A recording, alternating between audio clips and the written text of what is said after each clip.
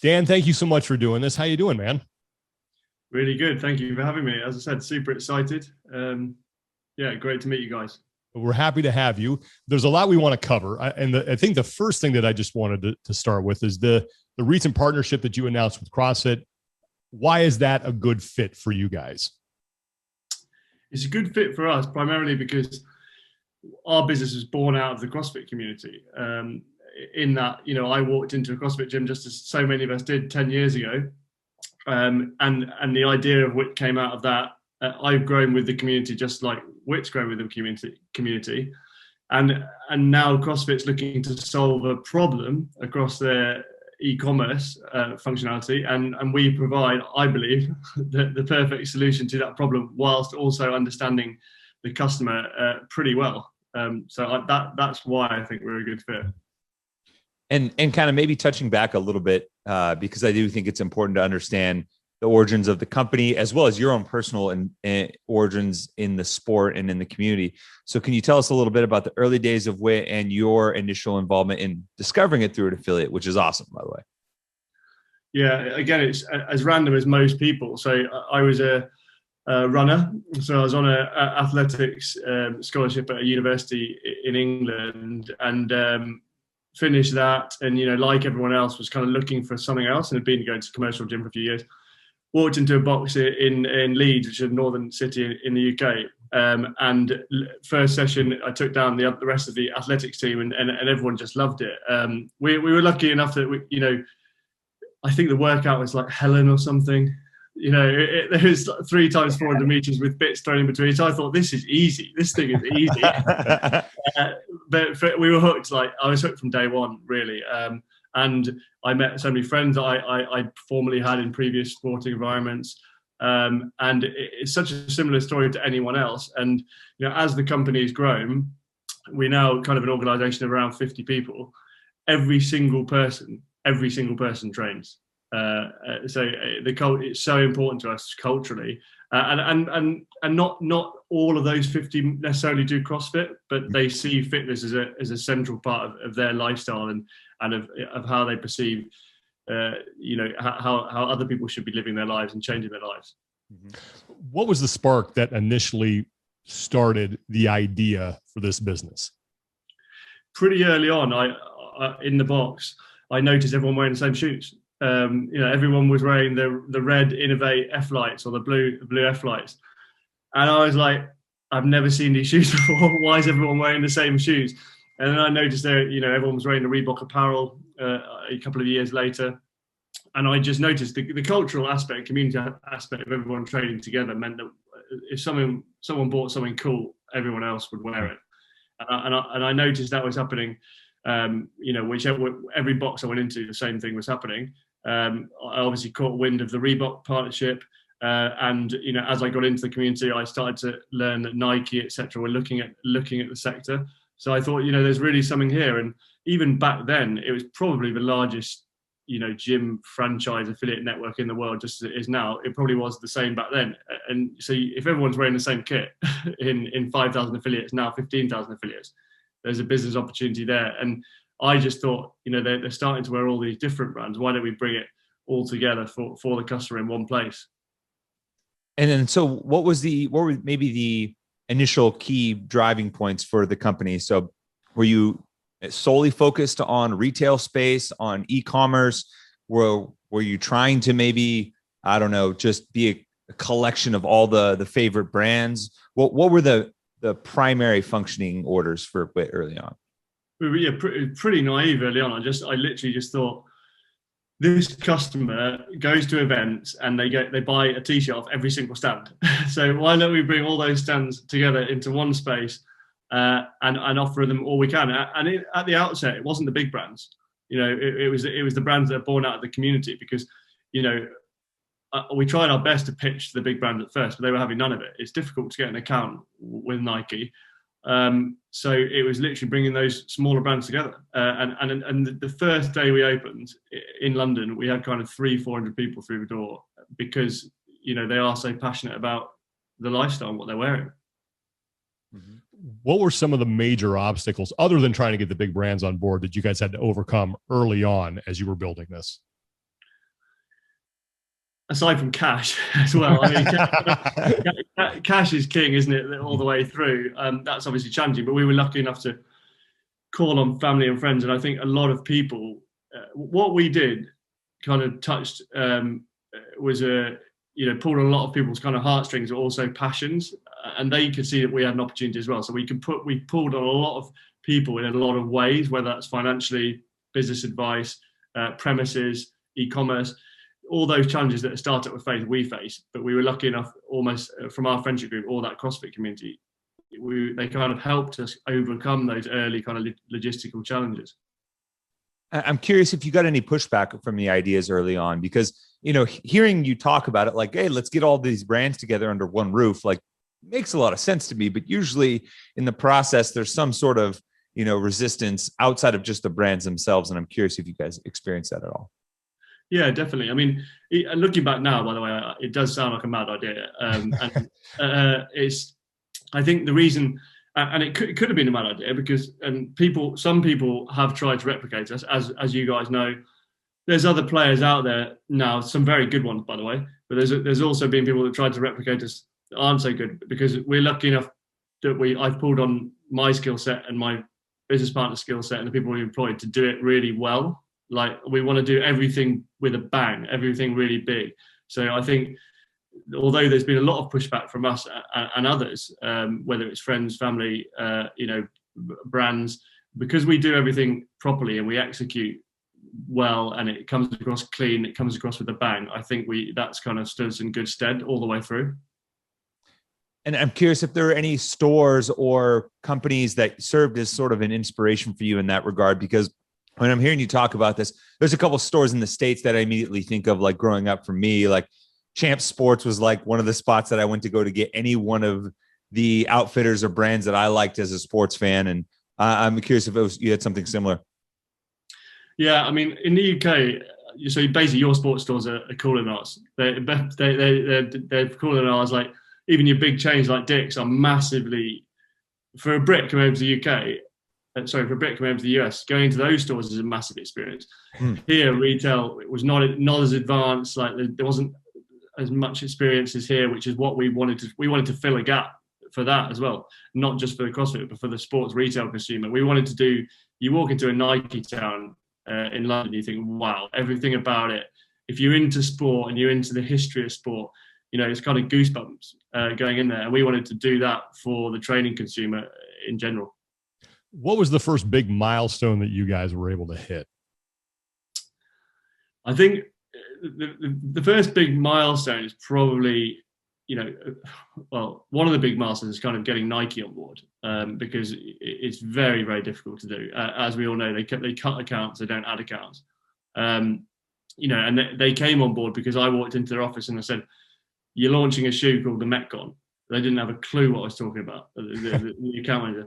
I said, we need 2,000 pairs of that shoe, and they were like, you're getting 50 because we're new. And then the milestone was that we took 50 and we sold them in like a minute because we had a queue of probably 2,000 people outside the door. So it's a massive milestone working with them as a boy into sport and the history of sport. You want to work for Nike, securing them as a partner, and then growing with them as partner, as one of their really major authentic partners. It's been a massive milestone for us. And it seems like that relationship evolved, at least from the outside, fairly quickly now, because you go to the WIT page and you guys have a ton of really cool launches, exclusive launches, and if anyone has the chance, go to the WIT page, you click the launches page, and you can see what's upcoming. You got some cool stuff with all of the brands. And then when did that exclusive drop and collaboration launch become a bigger part of the WIT brand? So again, I knew from the outset it would work because of the customer, because I'd seen it at events, with some of these smaller brands. If there was a t-shirt or a brand that everyone liked, everyone would buy it. And I knew, me and Sam, my business partner, we're sports fans, so we'd seen the sneaker industry moving that way. It was only natural for us that it would happen for the training consumer. And I think Nike demonstrated it first with that Metcon launch. Mm-hmm. And we've just worked with the brands to kind of mold that into, we're almost transcending training into sneakerheads.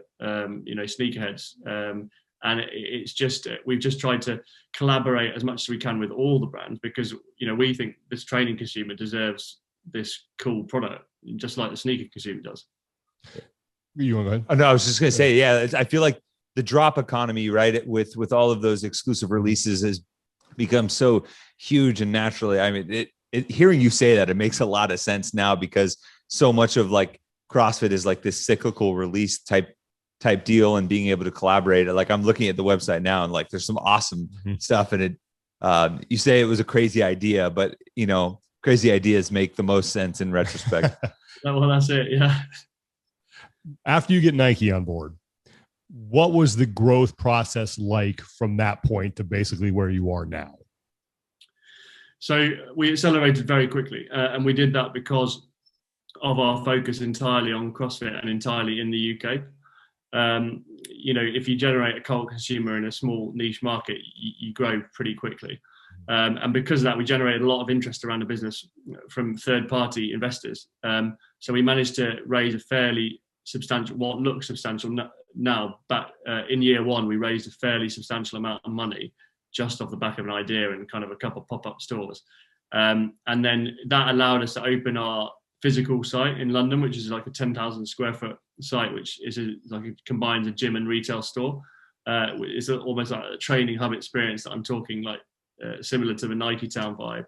Mm-hmm. And we wanted to make it a mecca for the training consumer in the UK. And that kind of created more heat around the brand because of the location it's in and the spectacle it kind of provides. And because we created that hype and we started to push our e-commerce globally with all these with drops, we accelerated again off the back of that. You know, and in the last couple of years, we've taken, you know, a little bit more money because, you know, we've started this with nothing. So we took some more external funds, which allowed us to really grow our distribution and manufacturing network globally pretty much faster than most companies would. And that's what we're continuing to focus on kind of 2021, 2022, which is especially relevant to the CrossFit piece. So it's almost like, you know, it's just, we make like large, what we think are large steps. And it's just a little step towards, you know, accelerating growth. And I think creating hype at each stage just naturally, you know, provides the platform for a business to grow. Yeah.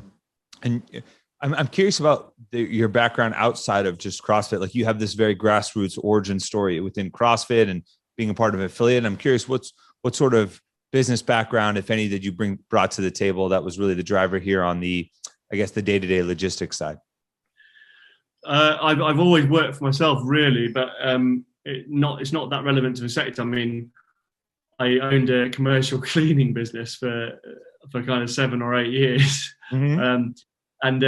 So I learned to manage very large teams because it's a different logistical challenge now. And then actually, when I found CrossFit, I went all in with CrossFit, like most people do. And when I was in the box in Leeds, the guys were talking about a job at Innovate, and I was like, you know what, you know, I just sold this cleaning company. I thought, you know, I'm going to work for someone else for a while. And I went to Innovate, and that it all kind of lined up. The stars aligned. I was like, well, Innovate, you know, I didn't think were taking the opportunity they could in the space. I saw everyone wearing the same clothes, and I just thought, you know, I've done it before with this business. You know, I'm willing to take the risk, and I'm always willing to take risks. So that provided kind of the platform just to go for it. This is unofficially kind of the second time that you guys have been aligned with CrossFit. The first was a couple years ago. We were told like it was going to happen, and then it didn't. What went wrong the first time you guys tried to put a partnership together with CrossFit? Yeah, so it was a similar scenario to now, like originally. So we were approached by the then CEO, Jeff Kane, about, you know, he'd seen a London experience and he'd seen our e-commerce, and about an e-commerce operation, because they were trying to commercialize across various across the vertical, not just retail. And, you know, we were the natural fit. We had some really, really good conversations. We visited, you know, HQ, and we did a deal for the for the e-com function. Now, by the way, it was much smaller than the agreement we've signed now. This is far more wider reaching, but it was to run their e-commerce globally. But fairly quickly afterwards, firstly, there was a number of changes internally at HQ, and I don't know what went on there. And it's often difficult for us to get the full picture because we're kind of alienated over here. But with regards to what happened with us, I still don't really know, because basically I love CrossFit. One, I built this amazing e-commerce store too. So for me, it was just a natural fit. So when we signed it was so exciting, and I just thought, let's just get stuck into it. But then as far as I know, there was some speculation from CrossFit side that we were trying to challenge their training methodology. Mm-hmm. So because we've got a gym in the UK, and because you guys will know, when we go to events, we take a gym with us, because we like the consumers to train just like the athletes. The perception was that we were literally challenging. We were trying to create our own training methodology, which is just total madness, because I am not a PT and I've got no interest in doing that. I like getting trained and told what to do for an hour, but we're good at retail, and that's all we were ever interested in. But it's long story short, a lot went on like that. It turned very sour very quickly, and eventually we walked away on fairly amicable terms, actually, because the guys I've dealt with were always brilliant. So that is, to cut a very long story short, what happened. It was pretty devastating for us, actually, because we'd invested a lot of time and money, and this is a big opportunity. So when Eric approached us, towards the end of the last year, whilst kind of a bit, skeptical at first, I was excited pretty quickly. Yeah. I have to say, I owe the WIT team a debt of gratitude. They're the only reason I trained at the 2019 games, because the WIT booth was right next to where we were set up, and they're the ones egging us on to get some exercise in every day. And so I got to train with a bunch of the team there. And that's honestly, your guys' physical gym experience is the only reason I even elevated my heart rate outside of going on camera. So I hope you know that. That's good. That was cool, right? That was a cool experience at the game. It was awesome. Yeah, absolutely. And so when Eric does approach you, what were the initial talks like? What, you mentioned, a little hesitant. I think we can relate, right? Like once bitten, twice shy, and you want to make sure that you're doing your due diligence. But what was it about the presentation or the discussion that got you excited very quickly? Well, like you said, once bitten, twice shy. So initially I'd made a major error, and when you're growing a business, you need to learn from your mistakes, and you need to kind of assess things slightly in closer order next time. So it took a while to do that. But then, once I spoke to Eric, first of all, the first thing he contacted me to do, and I didn't contact him, he'd spoken to a couple of people, he'd done his due diligence himself, and he rang me to apologize for the experiences we'd had with CrossFit. That's a really nice step. Then he just said, obviously a lot going on now. Let's keep in touch over the next few months. And he kept in touch. He'd send me pictures of him and his kids wearing WIT t-shirts. He'd send me pictures of the guys training in WIT t-shirts. Send me, when he was hanging out with the guys at Noble, who I'm close with, he would let me know. And it was that personal approach rather than anything commercial that turned me around straight away. You mentioned that the deal that you originally had in place with the old regime was not as large in scope as the one you have now. What are the major differences between the deal now as opposed to the deal that you had then? So the deal then was quite restrictive. Was going to be quite restrictive anyway for the first 18 months, because we were only going to be able to stock Reebok, because although Reebok were going to stop running the store, it was this odd kind of hangover where they would be the only brand being on the store. So obviously that's fairly restrictive. And regionally, we were restricted more by CrossFit then. This is a truly global and truly multi-brand experience. So there's going to be no restrictions on brands, and that the guys at Noble are on board with that. They know that the consumer wants multi-brand, and they always have known that.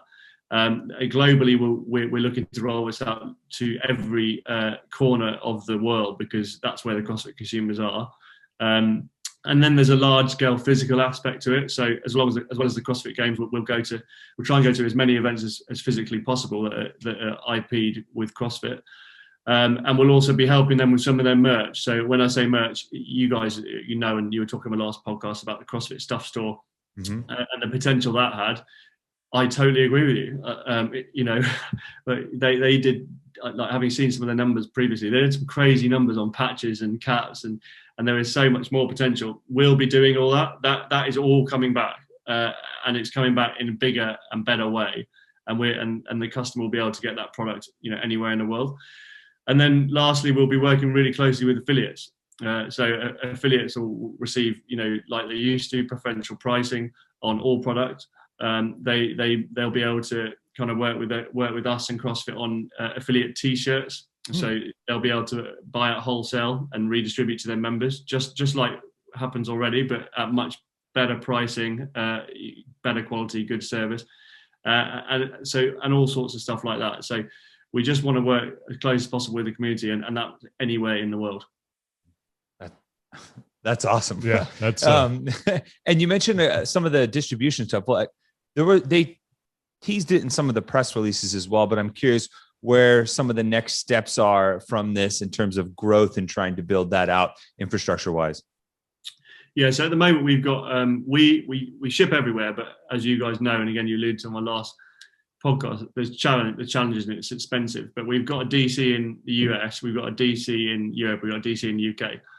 In early 22, we'll be opening, maybe before that if I push my team hard enough, but early 22, Asia Pacific.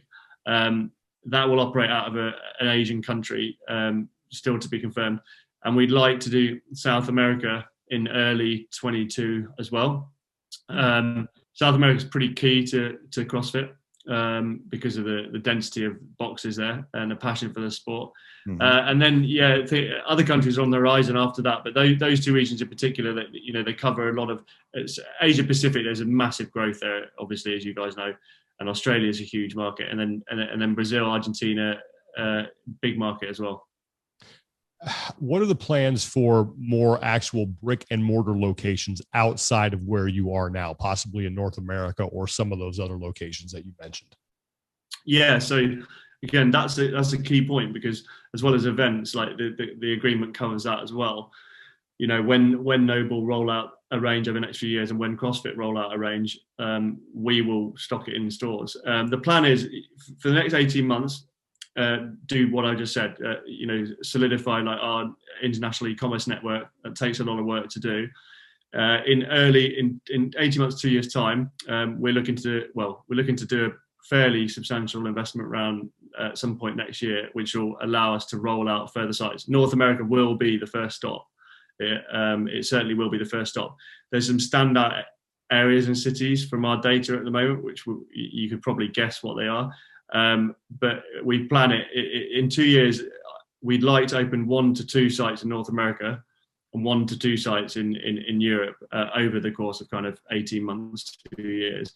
It's very much part of the strategy. It allows the customer to see the WIT experience and touch the product, but it also allows us to launch Metcons physically, launch Nanos physically, launch Noble CrossFit apparel physically, and bring the community in and run events around that and all sorts. So it's super important for our long-term strategy. You actually just addressed it a little bit there, but in a business world where companies are pulling away from actual brick and mortar locations, why is it important for you to actually expand that portion of your business? So it's just the experience. Like these sites are just experiential. What we've really lacked the last 18 months with COVID is that first of all, the experience for the consumer, but for us, like we project so much content from that experience as well to project on a digital business. But these sites, especially with the CrossFit deal, we want as many people as possible coming in to our sites and doing CrossFit. We're not trying to get them as members. We want them to do CrossFit, and then we want them to join their affiliates wherever they are. And at the same time, they're getting first access to the product. So it's just a community driver, traffic driver, kind of driving our digital business. Yeah, that makes sense because I mean, so much of CrossFit is a tactile experience, right? Whether it's the coaching cues to the experience in the box and being able to be social and the sights and sounds and smells of being an affiliate. I don't know if the smells is a good one, but I mean, like you said, the experience. And I feel like it's very much appointment driven too now because of everyone trying to go back to the box. So that definitely makes a lot of sense. One thing that I think, at least from our perspective, that has ramped up in the last year to 2 years is the work with athletes that you guys have done. Most recently, signing Sarah Sigmund's daughter, signing various other athletes, whether it's Paige Powers, Jamie Simmons, Elliot Simmons, having those athletes in your stable. What has been kind of that experience, and what has really been the driver as far as your work with the athletes in the last 2 years? I think the driver is it's like a throwback to Nike, the original kind of Nike strategy, and what the guys at Noble are doing. Like, athletes are the pinnacle of this sport, but the great thing about this sport is they do the same thing as we all do. Just they do it with heavier weights and they do it faster. So everyone can relate to them, right? Yeah. And they're so accessible. They're so much more powerful in the sport of CrossFit than they are in sports like running these days. So because the consumer can relate to them so closely, they're really powerful brand bearers. And yeah, we've just tried to work with the right people. And by the way, most CrossFit athletes are the right people. That most CrossFit athletes are nice guys, right? But with Sarah, we just went big, to be honest. I wanted a really iconic global athlete. You probably count on two hands the athletes that had the impact that we wanted. She was one of them. She's got the X factor, and she's an elite athlete performing at the top of her game. We've been hit by some unfortunate circumstances with COVID and her injury, but her and Jamie are just amazing women, amazing to work with, and I think they're just fabulous ambassadors. What will your presence look like at the games in August? So at the moment, we got a very significant stand. It's not going to be where Rogue and Noble are, but it's going to be in the main hall. But it'll be a very, very large part of the main hall. And we're going to bring the experience just that we always bring. We'll try and be the best retailer there, basically. And we're going to bring all of our brands. And that includes some really exclusive product that you can't get anywhere else. So even though spectators will be down this year, we're going to bring the full experience. The only issue we've got at the moment is we're not bringing any of us because we can't get in. So anyone listening, we are hiring for, still looking for some staff for Madison. So any retail experience, we need you. Oh man. And please do. I want to check that thing out. Yeah, exactly. I mean, is there any hope for you guys? Like, are you working through any channels right now where maybe you might be able to make the trip out and make it happen? There's some hope. So a couple of our staff are US nationals, so they'll be there. And then I might be able to because of my involvement in our US entity. And then we're doing this crazy thing, like, we were going to bring 15 people over, but with 3 or 4 others, we're going to send them to one of your green list countries for 2 weeks. Mm-hmm. They'll work from there because they're working from home anyway, and then they'll be allowed into the US. So we'll definitely be there, but just not as large a team as we would have hoped. Yeah. Well, if anyone's listening, help our friends at WIT out. That's man. Truly do. And actually, it's quite relevant in general because we are hiring in the US. This time next year, we'll have a fairly good network of people in the US to support the CrossFit partnership, but also our own business. So, we're hiring like territory managers in various states. So, please fire us a DM or an email. When we started, I asked you about, why this was a good fit. Along those lines, the future of this whole thing has been, relatively up in the air for the past year and a half. And I can't imagine that a business of your size would sign on to something like this if you didn't see this growing and getting back to where it was, prior to all the changes. What gives you optimism about the current landscape that, A, motivated you to make the deal, and B, makes you think that there is growth ahead and that, brighter days are on the horizon? Well, I mean, what I always loved about CrossFit is, and what Greg did, was that he's changed. Our philosophy is changing lives through training. What he was doing was changing lives through CrossFit. I think what what kind of frustrated me about CrossFit until, we had the conversation a couple of years ago, was there's no commercial kind of desire. There was no desire to make commercial and generate, revenue off the back of this huge international network. And I thought with a couple of tweaks, it could go sky high. So the network is still there. The network's still there. They're facing a bit of challenges. Some challenges. They've had some kickback from the consumer. There's a lot of people doing CrossFit, and it's a very, very cool sport, and it's a very accessible sport, and it's a sport which is undersaturated in a number of countries. So the new ownership is so ambitious that, and they're so commercial that I think they'll find the right balance between commerciality and changing lives through training. And I honestly can't see any other way than it growing again. Yeah, it makes perfect sense to me.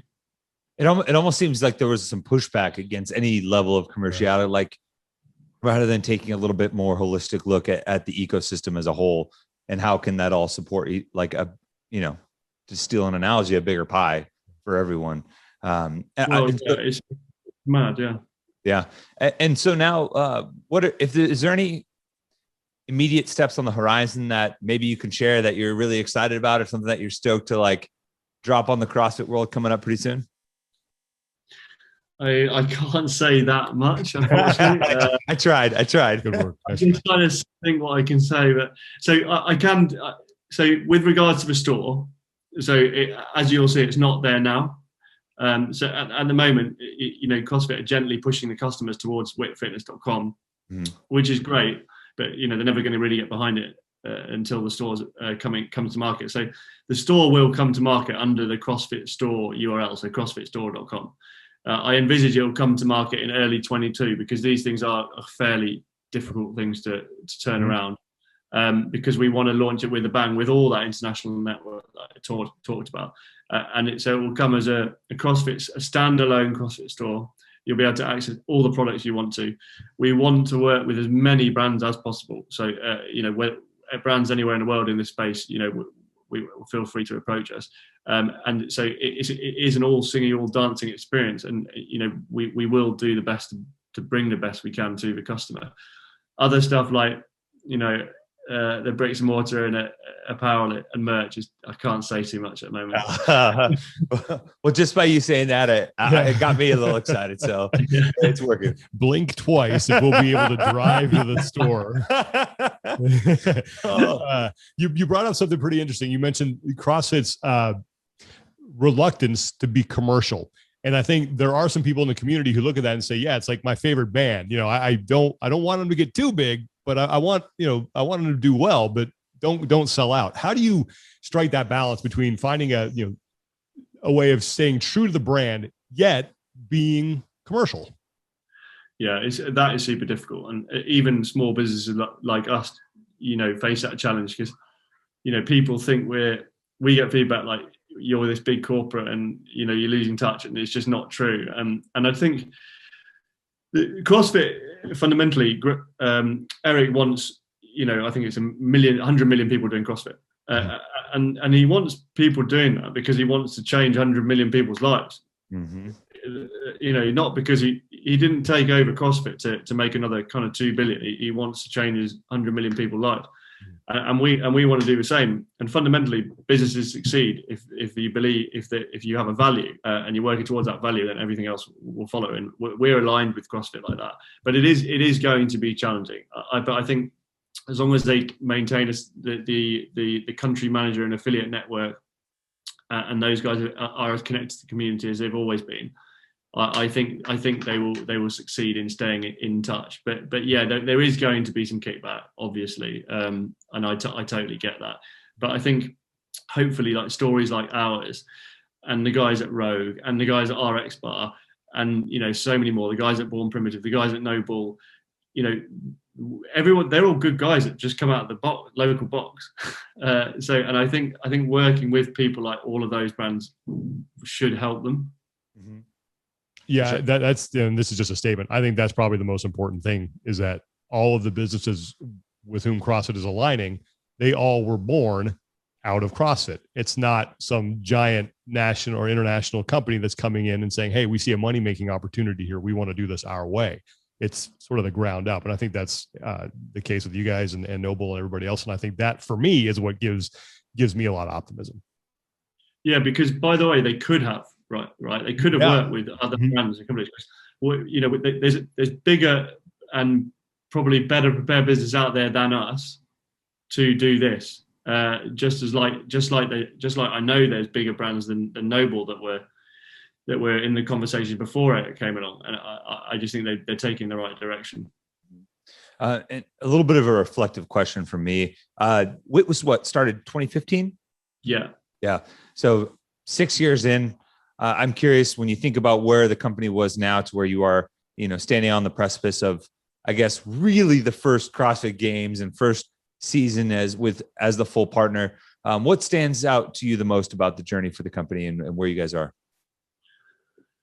I think for me personally, it's just amazing to be doing something I'm so passionate about. You know, as a little kid wanting to work for Nike because I was a runner, and now I found the sport of CrossFit, and now I'm earning a living and, you know, and supporting other people's life choices and living through my business in this space.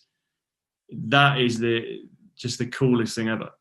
Like seeing the business grow and the revenues grow and the international network expanding is great, but seeing all the staff training and all the people coming to WIT and training and people training at our WIT experiences, it's just incredible.